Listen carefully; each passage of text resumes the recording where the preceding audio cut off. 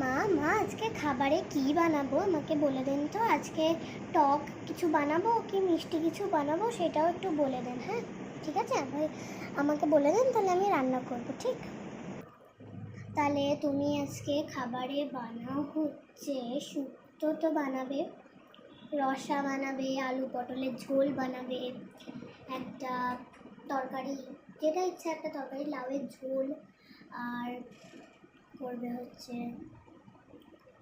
কী বলে বেগুনটা করবে, ভিন্ডি ভাজা আর আলু ভাজা তো করবে, আর ওনার নামটা কি ভুলে গেলাম, আম দই করবে মিষ্টির মধ্যে, আর তেঁতুলের আচার আর তেঁতুলের চাটনি করবে টকের মধ্যে, তেঁতুল দিয়ে করবে, আর কিছু, আর তাহলে একটা ভাজাভুজি এক্সট্রা আলু ভাজা রেখে দিও,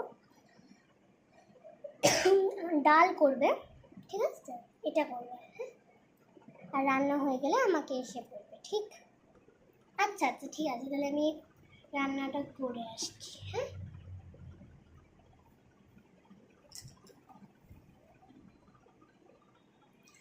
মা মা আমার না রান্না হয়ে গেছে, তাহলে কি আমি বেড়ে দিব খাবারগুলো?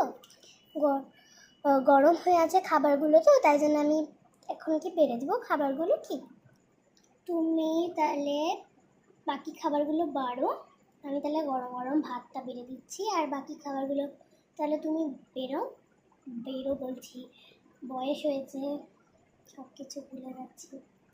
তুমি বাড়ো, তাহলে বাকি খাবারগুলো তুমি বাড়ো, আমি আসছি, দিয়ে তোমাকে হেল্প করছি, সাহায্য, হেল্প, ঠিক আছে, আমি তাহলে ওটাই করছি। তো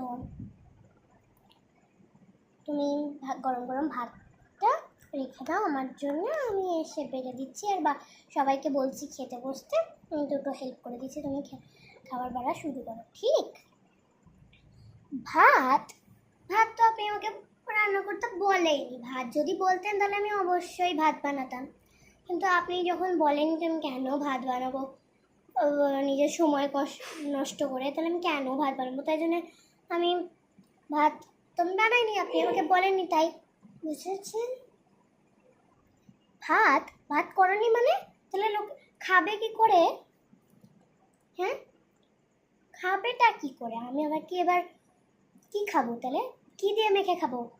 এত যে তরকারিগুলো করেছো, আলু ভাজা করেছো, ডাল করেছো, এগুলো আমরা কি দিয়ে খাবো যদি ভাতই না করো? কি দিয়ে খাবো? শুধু এটা বলো, কি দিয়ে খাবো? খাবোটা কি দিয়ে যখন তুমি কিছু রান্না